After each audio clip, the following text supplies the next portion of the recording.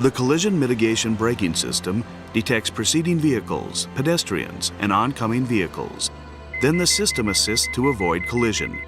When there is a risk of a collision, the system works to reduce the impact and mitigate the damage by applying automatic braking. The camera recognizes the attributes and size of an object. The millimeter wave radar detects the location and speed of the object. The system provides audio and visual warnings as well as haptic tactile to facilitate the driver's collision avoidance actions.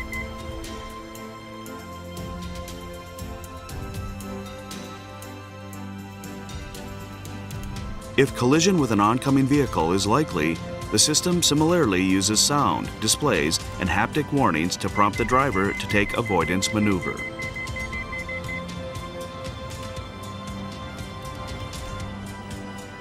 If avoidance maneuver is not taken in time and collision is unavoidable, the system automatically activates the brakes to reduce the impact speed and mitigate damage.